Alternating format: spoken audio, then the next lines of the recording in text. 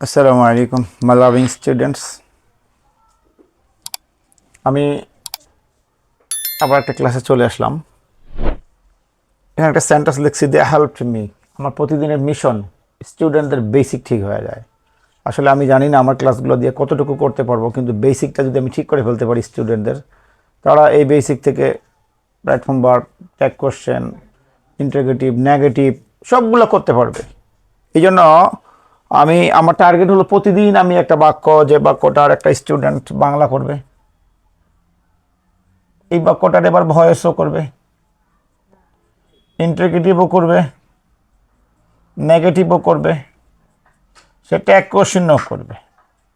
5টা জিনিস আলোচনা হয়ে যাবে আমার মধ্যে।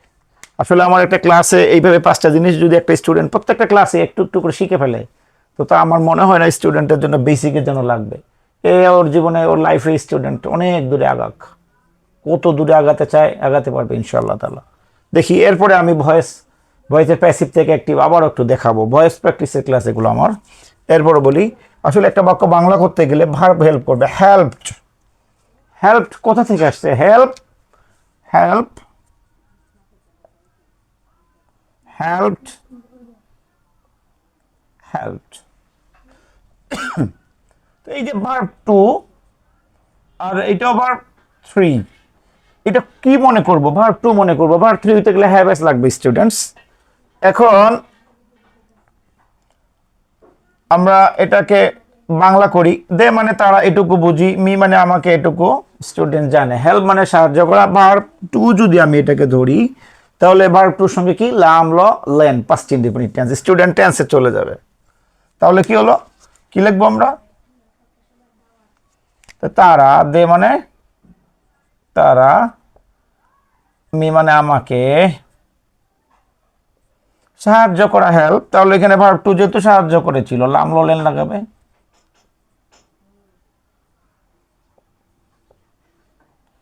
তারা আমাকে সাহায্য করেছিল। একটা স্টুডেন্ট এইভাবে বারবার বাংলাগুলো করতে শিখবে। বাংলা করতে শিখলে, বাংলা যদি করতে না পারে একটা ইংরেজি বাক্যকে, সেই ইংরেজি পরীক্ষা কখনো ভালো দিতে পারবে না। ভয়েস করব, ভয়েস করতে গেলে অবজেক্টকে কি করতে? সাবজেক্ট। কাকে সাহায্য করেছিল? আমাকে। এই কাকে দ্বারা প্রশ্ন করলে, ভার্বকে কি বা কাকে দ্বারা প্রশ্ন করলে যে উত্তর পাওয়া যায় তাকে অবজেক্ট বলে। মেয়েটা কি হয়ে যাবে? আই করব। এরপরে টেন্স অনুযায়ী, 2 নম্বরে টেন্স অনুযায়ী সাহায্যকারী ভার্ব। এখন এইটা কোন টেন্স? এটা পাস্ট ইনডিফিনিট টেন্স। আমি বারবার বলেছিলাম ইনডিফিনিট এবং পারফেক্ট কই যায়? পরেরটাতে যায়। পাস্ট ইনডিফিনিটের পরে কি? Past continuous. পাস্ট কন্টিনিউয়াস মানে কি? ওয়াজ অবলিক ওয়ার। আর এর সঙ্গে কি হয়? ওয়াজ হয়। 3 নম্বর নিয়ম, ভার্ব থ্রি লাগবেই। হেল্পড। এবার কিন্তু এই হেল্প মানে এই হেল্পড, ভার্ব থ্রি। 4 নম্বর নিয়ম কি? বাই। 5 নম্বর নিয়ম হলো, বাই বলতে ম্যাক্সিমাম টাইম বাই বসে। আর 5 নম্বর নিয়ম দিয়ে থাকলে কি বসবে? দেম। এই হলো ভয়েস শিখলো। এখন কোনটাকে, এই বাক্যটাকে আমি ইন্টারোগেটিভ করবো। ভার্ব টু থাকলে ইন্টারোগেটিভ করতে গেলে কি লাগে স্টুডেন্টস? ডিড লাগে। কি লাগে? ভার্ব টুর সঙ্গে কার সম্পর্ক? Did plus subject plus verb one plus object. আমি আবার লিখলাম, আমার খুব একটা বেশি সমস্যা নাই। এরপরে নট অফ ইন্টারোগেশন, প্রশ্নবোধক চিহ্ন। এটা হলো ইন্টারোগেটিভের জন্য, ভার্ব টু থাকলে। আর এটা এটা ইন্টারোগেটিভ। হ্যাঁ, ভার্ব টু থাকলে ইন্টারোগেটিভের জন্য। আর নেগেটিভের জন্য কি? প্রথমে কি বসে? সাবজেক্টের পরে ডিড নট। কি? Did not plus verb one plus object. তাহলে কি করবো? এখন ইন্টারোগেটিভ করবো। ইন্টারোগেটিভ করলে কি লাগবে? ডিড লাগবে। দিলাম ডিড। এরপর বলছে সাবজেক্ট দেন, সাবজেক্টকে দে, এটাও দিলাম। ভার্ব ওয়ান দেন। কেন? ডিড থাকলে আর ভার্ব টু হয় না। ভার্ব ওয়ান কি? হেল্প। এই যে হেল্প, ভার্ব ওয়ান। এরপরে কি? অবজেক্ট। অবজেক্ট কি? মি। দিয়ে প্রশ্নবোধক চিহ্ন দিলাম। নেগেটিভ করতে গেলে প্রথমে কি লাগে? সাবজেক্ট, সাবজেক্টকে দে লিখলাম। এরপর কি? ডিড নট, আওয়াজ নাই, ডিড নট দে। এরপরে ভার্ব ওয়ান। ভার্ব ওয়ান কি? হেল্প। ভার্ব ওয়ান কেন? এটা তো ভার্ব টু ছিল। ওয়ান কেন? ওই যে ডিড থাকলে আর ভার্ব টু হয় না, এর আগে ক্লাসে দিয়েছিলাম। এরপরে মি। এটাকে ট্যাগ কোশ্চেন করবে স্টুডেন্ট। ট্যাগ কোশ্চেন করতে গেলে পুরোটা লিখবে। দে হেল্পড মি, কমা দিয়ে এভাবে লিখবে। ট্যাগ কোশ্চেন করতে গেলে আমি ট্যাগ কোশ্চেনের ডিটেলস দেবো। এরপর বলি সাবজেক্টটাকে সবার শেষে বসাইলো দে। কোশ্চেনের ক্লাস আমার আবার আলাদাভাবে আসতেছে। এটা ভার্ব টুর সঙ্গে কার সম্পর্ক, প্রশ্নবোধক করলে, নেগেটিভ করলে, ইন্টারগেটিভ করলে ডিড লাগে, এই জন্য একটা ডিড নিলাম। সেন্টেন্সে যদি নট না থাকে এন দিয়ে কমা দিতি। এই হলো নর্মাল প্রত্যেকটা দিনের আমার একটা অংশ, প্রত্যেকটা ক্লাসের আমার একটা অংশ। স্টুডেন্ট এইভাবে তার বেসিকটা ঠিক হয়ে যায়।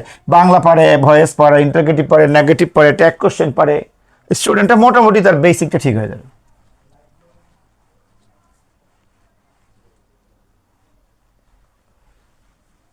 এখন আমি ভয়েসের অংশ, বোর্ডের একটা অংশ হিসেবে আমি এখানে কিছু ভয়েস, দুটা ভয়েস তুলেছি, এই ভয়েসগুলো আমি করে দেই। এটা বিগত সালে বোর্ডে এসেছি, এসএসসিতে আসছিল এগুলো। যেমন লিখি,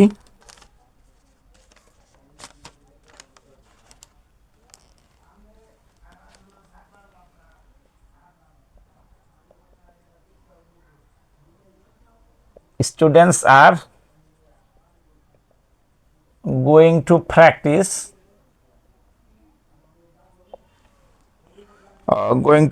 practice English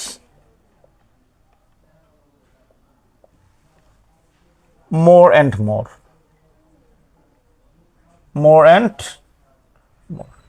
আগে বলে রাখি, স্টুডেন্টস গোয়িং টু থাকলে, গোয়িং টু যদি থাকে তাহলে এটা গোয়িং টু বি হয়। কি হয়? গোয়িং টু থাকলে অ্যাক্টিভ, এটাকে প্যাসিভ করতে গেলে গোয়িং টু বি।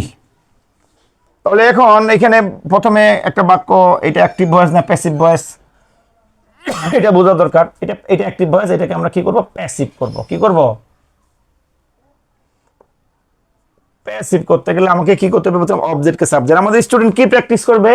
আমাদের স্টুডেন্টরা ইংলিশ প্র্যাকটিস করবে। লিখি ইংলিশ। এখন আর আছে, আর বলতে প্রেজেন্ট কন্টিনিউয়াস, কন্টিনিউয়াস গুলো ওই জায়গা থাকে, ইজ থাকলে ইজ, আর আই গোয়িং টু থাকলে গোয়িং টু বি। ওই যে গোয়িং টু থাকলে গোয়িং টু বি বলছি। এরপরে গোয়িং টু বি, এরপরে কি ভার্ব 3 তো লাগবেই। ভার্ব কোনটা? এই যে প্র্যাকটিস, এটা হলো মূল ভার্ব। তাহলে কি হবে? প্র্যাকটিসড।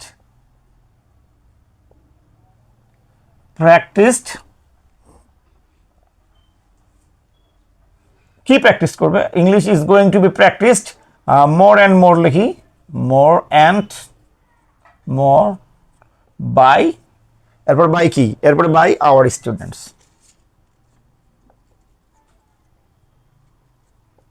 বাই স্টুডেন্টস আসলে অবজেক্টকে সাবজেক্ট করতে হয়, টেন্স অনুযায়ী সাহায্য করে ভার্ব।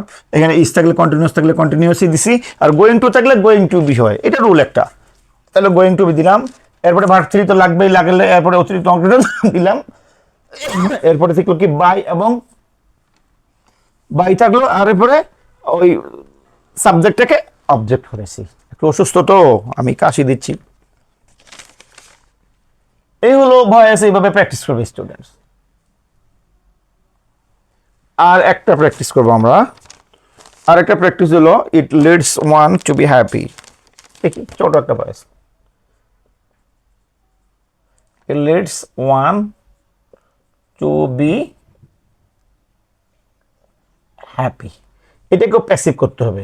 প্যাসিভ করতে গেলে কাকে লিডস দেয়? এটা লিডস মানে নিয়ে যায়, বা এটাকে একজনকে সুখের দিকে নিয়ে যায়। কাকে? একজনকে। এইটা হলো অবজেক্ট ওয়ান। এরপর লিডস এস বাই এস বলতেছে আমরা ভাই প্রেজেন্ট ইন্ডিভিজুয়াল, ইন্ডিভিজুয়াল কই যায়? পরেরটাতে যায়। প্রেজেন্ট ইন্ডিভিজুয়াল পরে কি? Present continuous. প্রেজেন্ট কন্টিনিউয়াস মানে কি? এম এস আর ওয়ানের সঙ্গে ইস। এরপরে অবজেক্টকে সাবজেক্ট করলাম, টেন্স অনুযায়ী সাহায্য করে ভার্ব বসালাম। এরপর কি? ভার্ব 3 লাগবে। ভার্ব কোনটা? কিন্তু লিডস। লিডের ভার্ব টু, লিডের ভার্ব 1, ভার্ব টু কি? Lead, led, led, L E D, it led. এটা হলো ভার্ব 3। এরপর কি? It led one to be. এই অতিরিক্ত অংশটা এই ভার্বের পরে দিতে হয়। টু বি হ্যাপি বাই, এই যে ইড আছে না, এটা সাবজেক্ট ইট। এই হলো ভয়েস স্টুডেন্টস। এইভাবে স্টুডেন্টরা ভয়েস করবে, তার প্র্যাকটিস থাকবে। আমার প্রত্যেকটা ক্লাস এইভাবে আমি দেওয়ার চেষ্টা করব, যে স্টুডেন্টরা তার বেসিক ঠিক হয়ে যাবে, ভয়েসটা ঠিক হয়ে যাবে। অনেক সময় আমি একটা বাক্যকে ন্যারেশন করাবো, আমার ক্লাসগুলো এমন থাকবে, আহামরি খুব বেশি শেখাতে পারবো না, কিন্তু বেসিক ঠিক হয়ে যাবে স্টুডেন্টদের জন্য। এই বেসিকটা স্টুডেন্টদের জন্য আমি জাস্ট এখানে বলছি, প্রথমে আমার একেবারে আমার শুরুতেই বলে ফেলছিলাম যে আমি স্টুডেন্টদেরকে বেসিকটা ঠিক করার চেষ্টা করব, স্টুডেন্টরা ভালো হয়ে যাবে, ইংলিশে ভালো হয়ে যায়, তাদের ভয়টা চলে যায়। এই জন্য আমার এই চ্যানেলটা তারা দেখবে, আমার এই ভিডিওগুলো দেখবে, যেন তাদের বেসিক ঠিক হয়ে যায়, ভালো হয়ে যায় স্টুডেন্টস, তাদের মধ্যে একটা কনফিডেন্স চলে আসে যে আমরা দুর্বল না। আজকে এই পর্যন্তই। আসসালামু আলাইকুম।